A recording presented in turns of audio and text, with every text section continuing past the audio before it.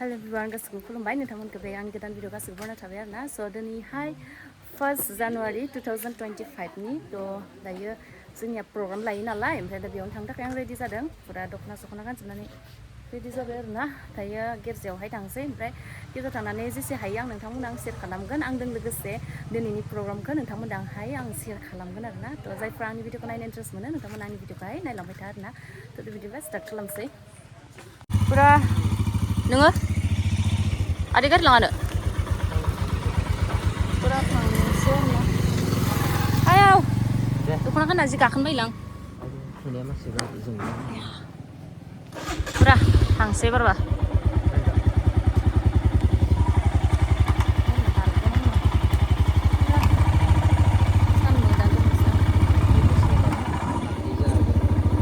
मानो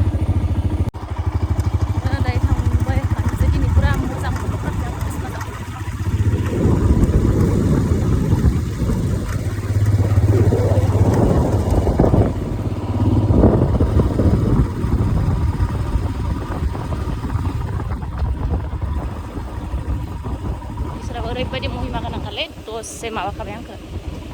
हाब मोसाग्रा आइजोफोरा फुरा नैहाय गिर्जा ओंखारदोंलै फट' लानाया जोब्बाय गिर्जा जाथ'वाखै आरोना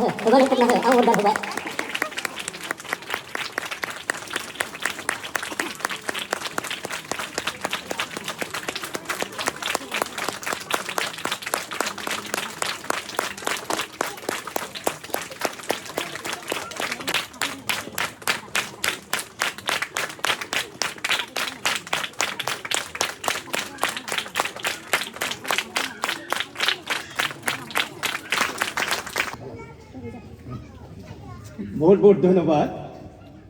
बिथांमोनखौ नोंथांमोना नुहुरदों आं बिथांमोनखौ बायखाबाय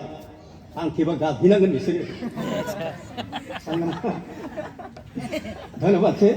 थांजासिगोन बे समाव जोंहा आलासिया गुसुं खमायना होदों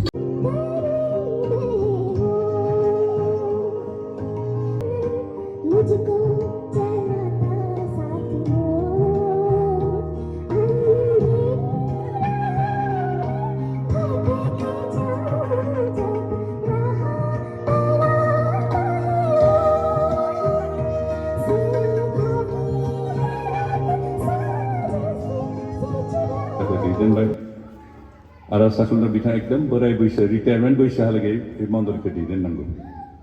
आफाया बिथांजों थाफादों बेखौनो खावलायदों खारन जोंहा पार्मानेन्ट जों बे बिबिसिनि सायाव आं गौरबै बुंनो हायो गोबां मन्दिर थांबा आं एकदम देरगाना बुङो जे जों अन्तत आंजों गिर्जाया खोब फिसा मन्दलबाबो जनसंख्या खमबाबो एजुकेटेड मानसि गैयाब्लाबो धनी न'खर गैयाबाबो जों फुल टाइम माबा खालामनानै फुल टाइम मुसि बिरदाव खख्लारि लिरथुमगिरि आप्लुस दैमारि लेङाइ दिदोम दैमारि लेङाइ पल्लबी बसुमतारी लेङाइ मनीषा बसुमतारी लेङाइ मेम्बार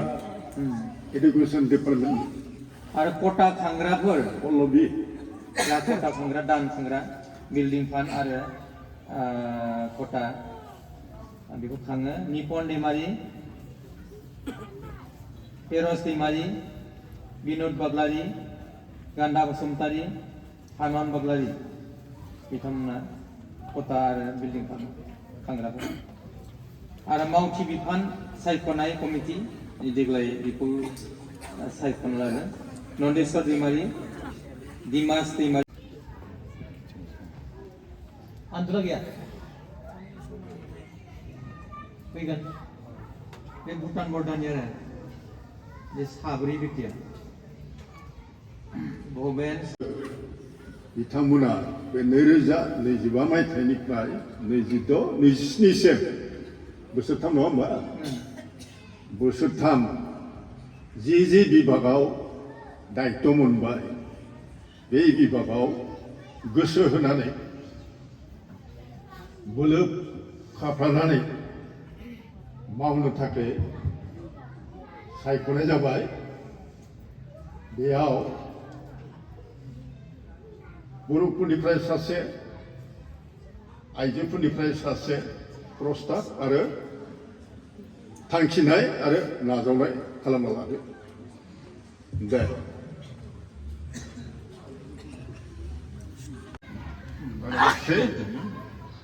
बहुत बहुत धन्यबाद बिथांमोनानो देग्लायनिफ्राय सैतानजों दावहा नांग्राया दे बिथांमोना जाहाथे बोलो मोनो मानगोनां आलासिखौ आमायाव खावलायदों बिथांमोननि थाखाय जों आर'ज खालामो मण्डलिनि गेदेर बिबान होनानै सायख'नानै लाबोबाय बिथांमोना बिबानखौ मावफुंनायनि सिगां इसोरनो बिथांमोनखौ गथायनो नोंथांमोन साफ्रोमबो आर'जाव हेफाजाब खालामगोन आं आर'ज खालामनि नैबे नोंनि फिसाफोरनि सायाव नोङो फोथायनायजों आरो बिथांमोनखौ मोजां मोननायजों बे नोंनि गेदेर बिबानखौ बिथांमोननो होनाय जाबाय प्रभु बिथांमोना मिथिखागौ आरो जों मिथिगौ बेवहाय चेलेन्जेसफोर थागोन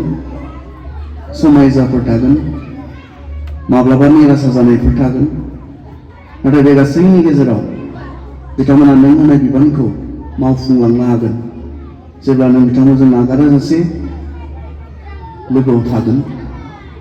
बिथांमोननि गोसोआव नोङो बोलो होगोन थुलुंगानाय होगोन बायदि समयसानि गेजेरावबो नोंखौ गिनाय आरो मान होनायजों नों होनाय बिबानखौ बिथांमोना मावफुंलांगोन प्रभु बिथांमोननि गेजेरजों बे गामियाव थानाय जेसेबांखिनि फोथायारिफोर दङ सोरबा दिनै गोबांथार थुलुंगानाय बानजायनाय अननाय जोथोन नांगौ जानानै दङ आरो बिथांमोना बे जेब्लाबो साफ्रोमखौबो गावनि दैदेननांगौ मानसिफोर होननानै बिबान लानानै मावफुंलांनो जे हायो बेबायदि बिथांमोननो नोङो गोसो होफ्लायदो आरो लोगोसे आफा आर'ज खालामदों बिथांमोना दिनै जि अबस्थायाव दङ बे अबस्थानिफ्राय आरोबाव गुबुन मोनसे थाखोसिम साबसिन मोनसे अबस्थासिम बे आंग्राजुलि बाप्टिस्ट चर्चखौ दैदेननो हानाय जौगाहोनो हानाय दावगाहोनो हानाय बिथांमोननो भिजन्सफोरखौ नोङो होदो सिमांफोरखौ होदो गोदान साननायफोरखौ होदो जेन बिथांमोना प्रभु नोंनिफ्राय मोननाय दर्शनजों बे गामियाव सोलायनाय लाबोनो हायो जौगानाय लाबोनो हायो बिथांमोननि मावख्रुबनायनि गेजेरजों बे गामिया देरगोन बृद्धि जागोन आरो बे गामियाल' नङा बिथांमोननि मावनायनि गेजेरजों जोथोननि गेजेरजों बेयाव थानाय फोथायग्राफोरनि गेजेरजों आरो गोबाङा प्रभु साखाथि बाखाथियाव थानाय सोरबा गुबुन फोथायनायनिफोर बिथांमोननि गेजेरजों नोंनि अननायनि स्रांखौ मोननो हागोन जेब्ला बिथांमोना राफोद जागोन बिथांमोना बुहुमावनो नोंनि आशीर्बाद जानानै थांना थानो हागोन बेबायदि जोथोन लानो हानाय गियान बोलो आरो गुदुं गोसोफोरखौ नों बिथांमोननो होदो बिथांमोन साफ्रोमखौबो नोंनि गोथार आखायाव गथायनानै बासायगिरिफोरखौ जिसु ख्रीष्टनि मुङाव आरज बिबाय आमेन जों नुदों इसोरा जोंनो गोदान बे बोसोरखौ होबावबाय नाथाय बेजों लोगोसे जोंहा सोंनांगौ दङ नामा इसोरा जोंनो आरोबाव थांनानै थानो गोदान मोनसे बोसोर होबावबाय बेबायदि होननानै जों बुंदों इसोरा जुदि नोंथांनो आंनो बे गोदान मोनसे बोसोरखौ होबावबायब्ला आं फोथायो बिना कारन नङा आरो जाहोन गैयै बे नङा मानो होखो फालाय नोंनो आंनो इसोरा बे गोदान मोनसे बोसोरखौ मानो होबावखो इसोरनि अननायनिफ्राय जोङो गोदान मोनसे बोसोरखौ मोनबावबाय नाथाय मानो इसोरा माबा मोनसे हास्थायनाय दं नामा इसोरा माबा मोनसे लुबैनाय दं नामा जायनि थाखाय इसोरा आरोबाव जोंखौ गोथाङै लाखिनो हास्थायदों कारन इसोरनि मावनायफ्रा माब्लाबो थांखि गैयै माबा मोनसे साननाय गैयै बेबायदि नङा इसोरनि मावनायफ्रा बेनिखायनो नोंथांनो आंनो दिनै बे गोदान मोनसे बोसोरखौ होबावनो सायख'बायब्ला बेयावबो इसोरा थांखि दङ बेयावबो इसोरनि साननाय दङ आरो बेखौ होनानै इसोरा जोंनिफ्राय माबा मोनसे लुबैनाय हास्थायनाय निस्सय बेवहाय इसोरा थागोन गोदान बोसोरा जाबाय आं फोथायो बेयो मोनसे रिफ्लेक्सननि टाइम आरो मोनसे रिसुलेसननिबो टाइम रिफ्लेक्सन माने एसे नायफाफिननायनि टाइम थांनाय बोसोरनि बाथ्राफोरखौ एसे सानफाफिननानै मा खालामबोखो मा खालामबोआखिसै मा खालामबावनो हागौमोन मा खालामनांगौफोरखौ खालामबोनाय जायाखिसै एसे माबाफोर गोरोन्थि जाबोबाय नामा बेफोरखौ एसे नायनानै थांनाय बोसोरनि जि 365 दिन बे 365 दिनाव आं माबोरै थांना थाबोखो आं मा मावबोखो जेब्ला जोङो दिनै बे जोबनाय जास्ट जोबनानै थांदों दिनै जोङो गसंनानै दिनै जोङो जिरायनानै थांनाय बोसोरनि जि टाइम समय बेखौ सानो जों मा खालामबोखो मा मावबोखो जों गावस्रा आलासियानो दोङोनो बेसोरा सोरहानि आलासि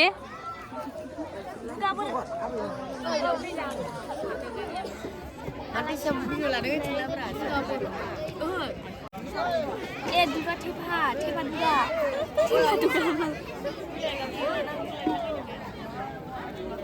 खामानि खारलांखादोंसो फैलाय माथो सियार ओमफ्राय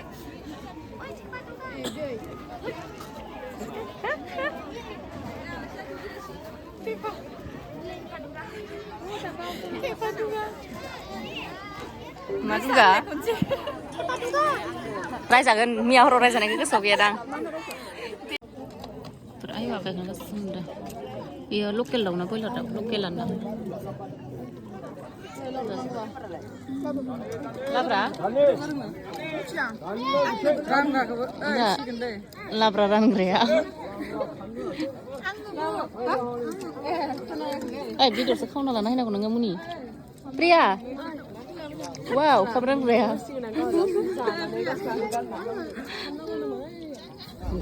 दायो गिर्जा हारि जोबनानैहाय गिर्जा जोब्बाय नालाय दे साहा लोंनो सकेयावहाय थांदों आरो ना फुरा जेसे हायो नोंथांमोन आङो सेयार खालामबाय दिनैनि प्रग्रामखौहाय मानो होनबा फार्स्ट जानुवारि फार्स्टआवहाय प्रग्राम जायो नालाय थ' बेयावनो भज जायो ओंखाम जायो ज'है थ' बेखौनो जेसे हायो सेयार खालामबाय नोंथांमोननो आयौ फुरा मेंजोबखाबाय थाबायनो फुरा दायो माने गिर्जानिफ्रायहाय दायो साहा लोंनो थाखाय दखानाव थांदों आरो ना सप्तायावहाय फुरा पिकनिक फैखादों ना फुरा दख'ना गाननानै सुइटारबो गैया मोनाखाबाय मोनाबाय दा थांसै जायफ्रा आंनि भिडिअखौहाय नायबाय नोंथांमोनखौ आंनि गोसो गोरबोनिफ्राय थेंक इउ स' माच आरोना आंनि भिडिअखौहाय नायनायनि थाखाय बिदिब्ला दिनैनि भिडिअखौहाय एसेयावनो दोनथांसै आरोना